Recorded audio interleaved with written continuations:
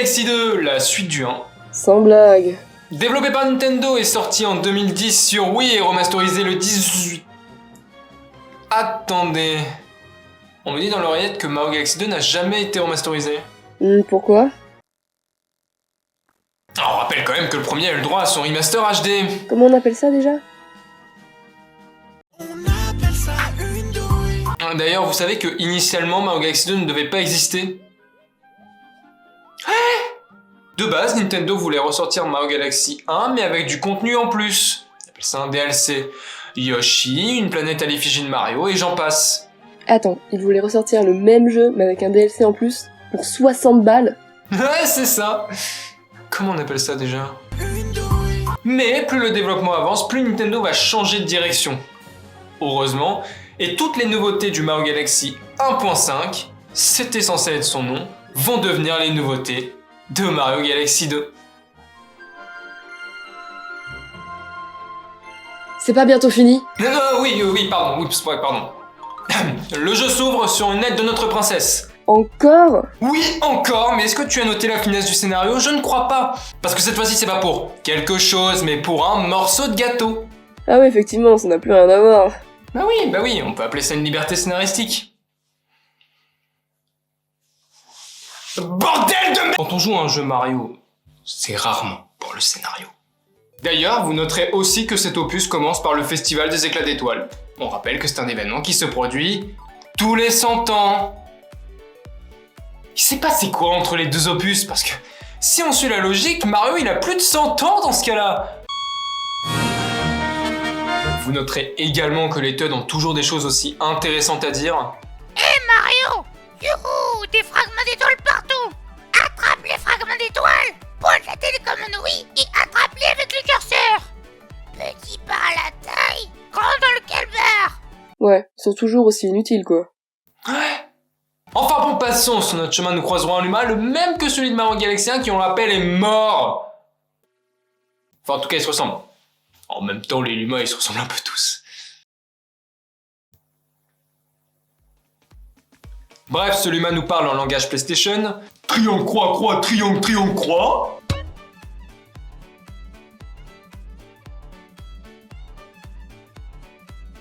Qui, évidemment, en langage français veut dire... T'as pas une clope? T'es sûr de toi, là? Mais oui, t'inquiète, les langues étrangères, ça me connaît. Combien au bac? C'est pas le sujet. Bowser enlève...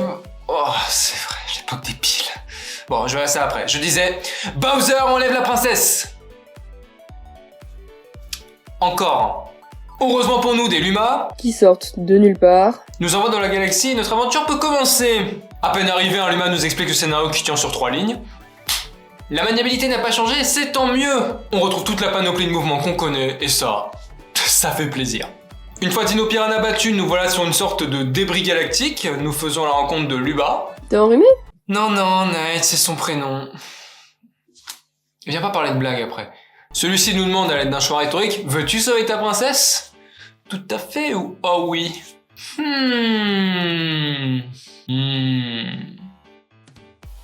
Ouais, bah je décide de répondre tout à fait, ça fait plus professionnel que ah ouais! Tu te cherches des étoiles et nous de réparer le vaisseau, ça te va? D'accord. Quelle grâce. Bon, sinon, niveau scénario, je pense que vous avez capté, je vous fais par dessin. Ouais, tu nous prends vraiment pour des bouffons. Oui. Revenons rapidement sur Lubin.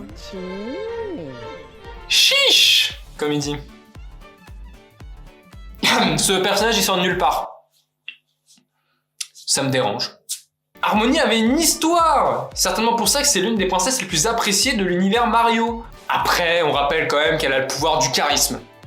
Est-ce que Luba a le pouvoir du charisme? Je ne crois pas. Bouh, le nul. Regardez, il a que le pouvoir de l'éviter. Nul. Plus de la merde, plus c'est nul. Luba, en plus d'être un gros nul, il est aussi capitaine d'équipage. Capitaine d'équipage, certes, mais pas que. Humoriste aussi. Oh, tu vois le Toad que t'as ramené? Il se prend pour un facteur. Tu voudrais pas aller lui coller un timbre de ma part? Et tu vois l'oiseau là-bas? Tu voudrais pas aller lui clouer le bec de ma part? Bon, ça suffit les conneries. Oh, attends, tu vas pas faire ça? Une fleur de feu? T'es au creux de la vague? Ok, shoot-le. Cette fois, pas de Domukwa, directement une world map, ce qui est, selon moi, pas plus mal. C'est, je trouve, plus aéré et puis c'est plus simple de s'y retrouver. Ah, bah voilà Yoshi qui fait son apparition. Ça pour une surprise. Une surprise. Il suffit juste de regarder la jaquette. Ouais, c'est pas faux. Effectivement, qui dit 2 dit nouveauté, à commencer par Yoshi, qui pourra bien nous aider avec son floater jump. Magnifique accent. Ouais, effectivement, j'ai d'être ça. Non, là c'est ton anglais qui est dead. Ok, très bien, madame la bilingue. Tu nous l'as refait pour la démonstration? Avec plaisir. Flutter jump. Ouais, bah, c'est pas mieux que le mien, hein. Ouais, ça doit être ça, ouais. Yoshi aura son lot de transformations, comme le piment, qui le rendra extrêmement rapide. Eh, mais toi aussi, les fruits rapides, ça a des conséquences sur ton transit. On aura aussi le fruit ballon, qui transformera Yoshi en montgolfière. Transformation pas si folle sur le papier. Je te trouve un peu gonflé, petit mousse. Tu lui avais pas déjà tiré dessus? C'est qu'il tient à la vie, le bougre. Ok. Sinon, il y a le fruit lumière qui permet de rendre des plateformes invisibles accessibles. Transformation utilisée 2 fois dans tout le jeu. Non mais voilà, je tenais juste à vous le dire. 2 fois. Mais vous inquiétez pas, Mario aussi aura son lot de transformations. Comme le forage d'une planète pour aller d'un point A à un point B. La fleur nuage, qui nous permet de créer 3 nuages et donc d'atteindre des hauteurs ou des longueurs inaccessibles auparavant. Le champi rocher. Une boule de bowling. Ça va être difficile d'être plus clair. Et enfin, nous avons le retour de la fleur de feu, le champignon abeille, le champignon ressort et le champibou. Qui est utilisé, tenez-vous bien, vous allez rire, une fois dans tout le jeu. Ça a l'air de choquer que moi. Attendez, je vous remets dans le contexte. Il y a 242 étoiles dans ce jeu. D'ailleurs, nous collectionnerons toutes ces transformations dans la salle des machines du vaisseau. Ouais, c'est sympa, hein. Bon, retour à notre quête étoilée.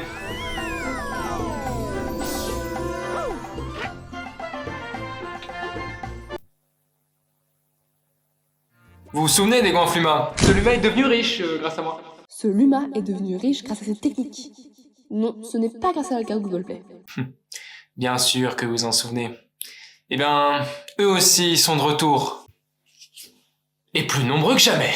Alors j'ai déjà parlé à des Goinfluma qui se gavent de fragments d'étoiles. Mais alors, des Goinfluma qui se gavent de pièces, ça c'est original. Mais qu'est-ce que... Ah, plus rien ne me choque depuis que je t'ai rencontré, cher ami. Mais qu'est-ce que je dois dire alors? Comme pour les Goinfluma à fragments d'étoiles, il faut un certain seuil de pièces afin de déverrouiller non pas une étoile cachée du château, mais une étoile cachée de la galaxie en question. Les pièces servent enfin à quelque chose! Bravo. Bah voilà, très bon ajout du coup, Night, transition. Les comètes aussi sont de retour, et elles ont un nouveau mode de fonctionnement. Pour débloquer la comète dans la galaxie en question, il vous faut la médaille comète qui est cachée. Donc à vous d'explorer pour toutes les trouver. Un ajout sympa, j'approuve. Ça me permet de fouiller les moindres recoins d'une galaxie et de trouver plein de choses. Oh, regardez, une vie! Oh, et vous faites ce que vous voulez de cette info, mais sachez que dans certaines galaxies, il n'y a pas de comète. S'affiche sous vos yeux la liste de tous les niveaux n'ayant pas de comète. Et ça, je suis sûr que vous l'aviez même pas remarqué. Ouais, c'est vrai. Ah, tu vois? En même temps, tout le monde s'en fout. Bon, en même temps, on n'a pas tort.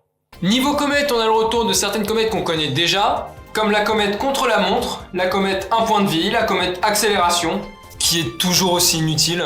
Sérieusement, elle est utilisée une fois dans tout le jeu. Osez me dire qu'elle est utile. Et la comète violette, qui est débloquée en même temps que toutes les autres comètes. Ce qui est une bonne nouvelle. Et elles ont toutes des timers sauf une, mais elle est rapide. Ce qui est une bonne nouvelle. D'ailleurs, oubliez les réessayer ou retourner à l'observatoire. Là, on enchaîne jusqu'à réussir. Ce qui est une bonne nouvelle. Et on peut passer les cinématiques.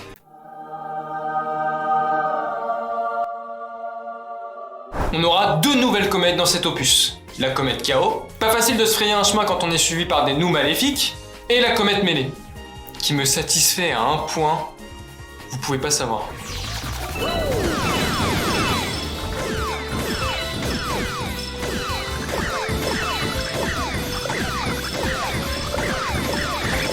Enfin, dans l'ensemble, les comètes restent simples.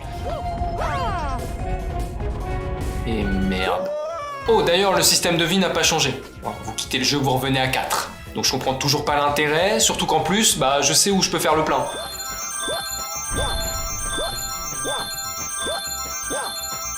Ok, j'arrête. Oh, regarde, la boule étoilée. T'as pas un plein de vie à refaire? Waouh, mais guettez comment je gère. Plus vite, dépièce-toi. C'est drôle. Non. Ouais, t'as raison, shoot-le lui aussi. Et en plus de la boule étoilée, nous aurons Araplane, un oiseau qui fait confiance à Mario pour apprendre à voler. T'inquiète même pas, mon pote. Je suis un vrai maître de l'air.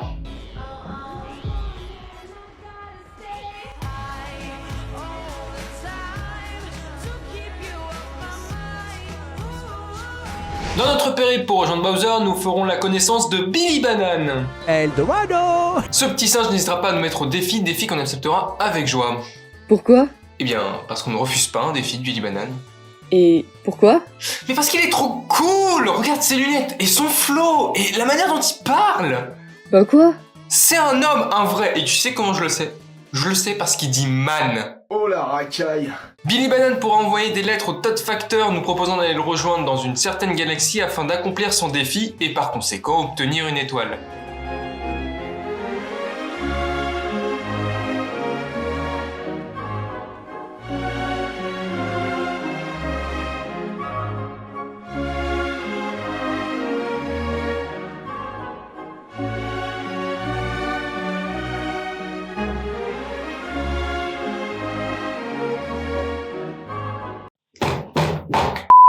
On aura aussi les Jacoco, qu'on coco très bien.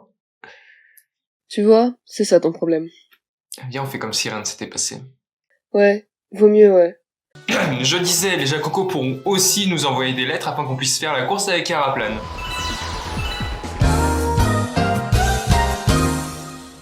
Et il y aura même les Mémérobi qui pourront nous envoyer des lettres. Je me sens si seul. J'ai besoin de compagnie. Ouais, on se comprend tellement, Mémérobi. Apporte-moi un Goomba. Enfin, vous avez compris, nous aurons des quêtes plus drôles les unes que les autres et surtout, toutes différentes. Et vous savez ce qu'il y a de différent? Les boss. Bon, évidemment, il y a du recyclage. Je vous ai déjà vu dans un jeu, vous.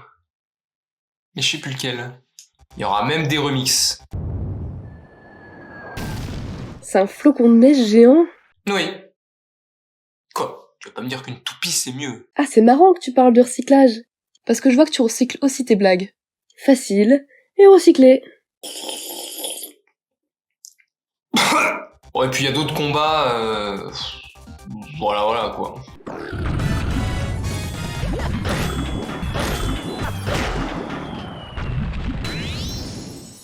Dans le lot, on aura évidemment Bowser et Bowser Jr. Bowser Jr. qui a des combats vraiment intéressants dans cet opus. Les combats sont tous différents et puis surtout, ils sont pas faciles. Rajoutez à ça une comète, un point de vie dans chacune de ces galaxies, sauf la première parce que nick. J'ai une ombre complètement buggée, tu vas faire quoi, wesh? Par contre, Bowser, encore une fois, c'est 3 fois le même boss, à 2 ou 3 attaques près. Alors je suis d'accord, le combat est un peu plus épique, certes, mais c'est quand même le même boss. Et ça c'est dommage parce que c'était déjà un défaut de Mario Galaxy 1.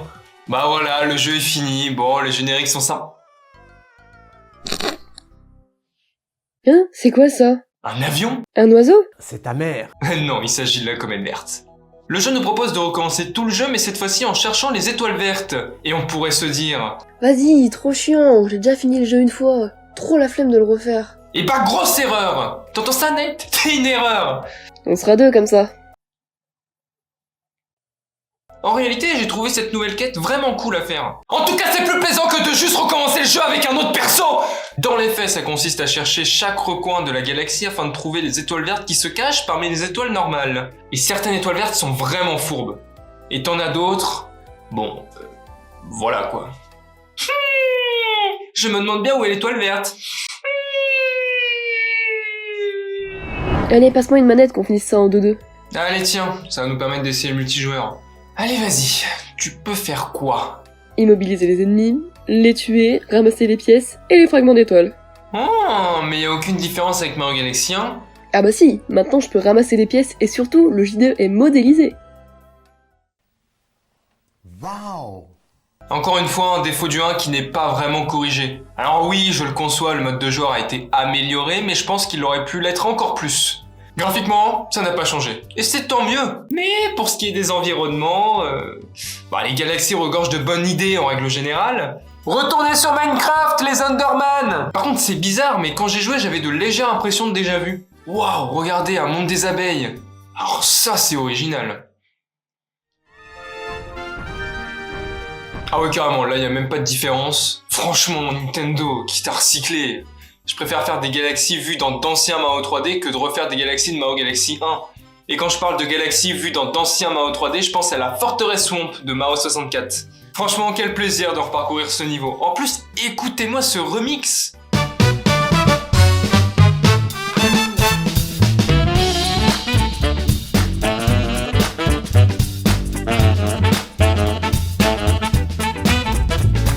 L'OST de ce jeu est encore une fois génial.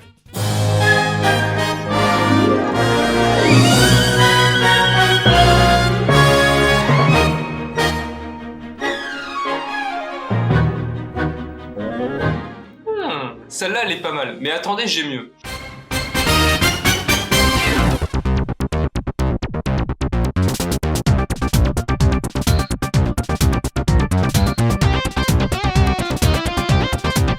Le meilleur thème de boss selon moi.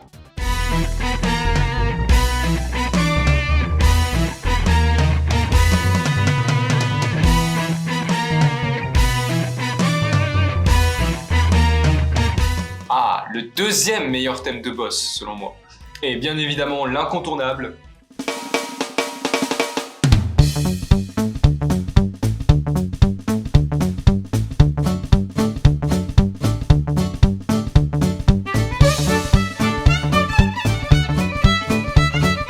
Sans déconner, les musiques de Mario Galaxy 1 et 2 sont mémorables, si ce n'est les plus mémorables de la licence entière. Alors, on en pense quoi de ce Mario Galaxy ?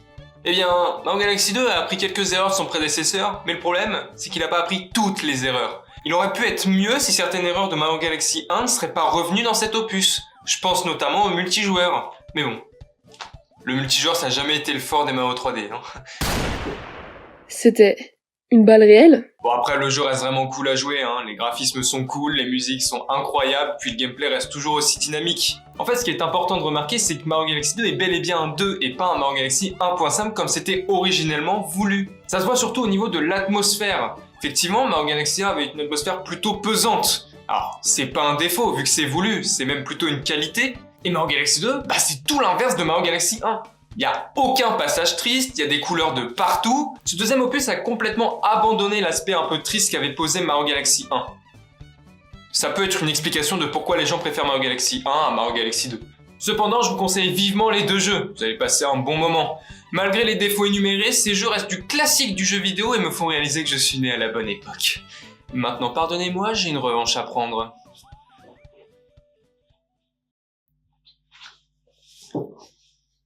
En fait, la Wii est juste ici, donc... Il était une fois un jeune garçon, pas forcément très charismatique. Non, Knight, contente-toi de lire le texte. Ok. Il était une fois un jeune garçon de 8 ans qui jouait à Mario Galaxy 2. Il s'amusait beaucoup, tellement qu'il a fini le jeu à 200%. Mais s'ouvre à lui une nouvelle épreuve nommée de la plus simple des manières, le champion de l'univers. Parenthèse, on est d'accord que ce Toad a des problèmes. Yoshi!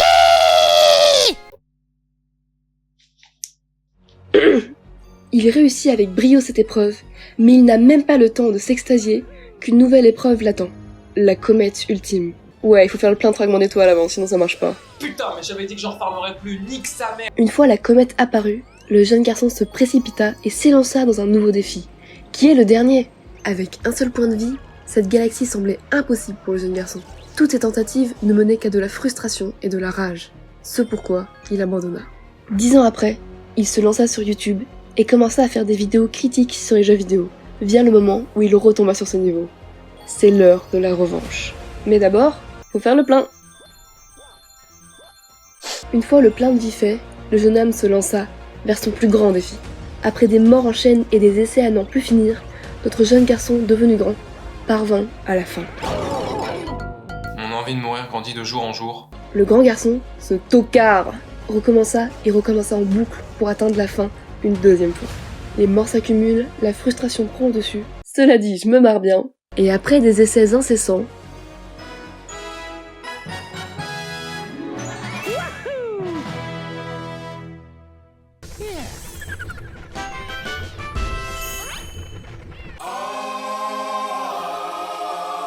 ouf, c'est pas trop tôt.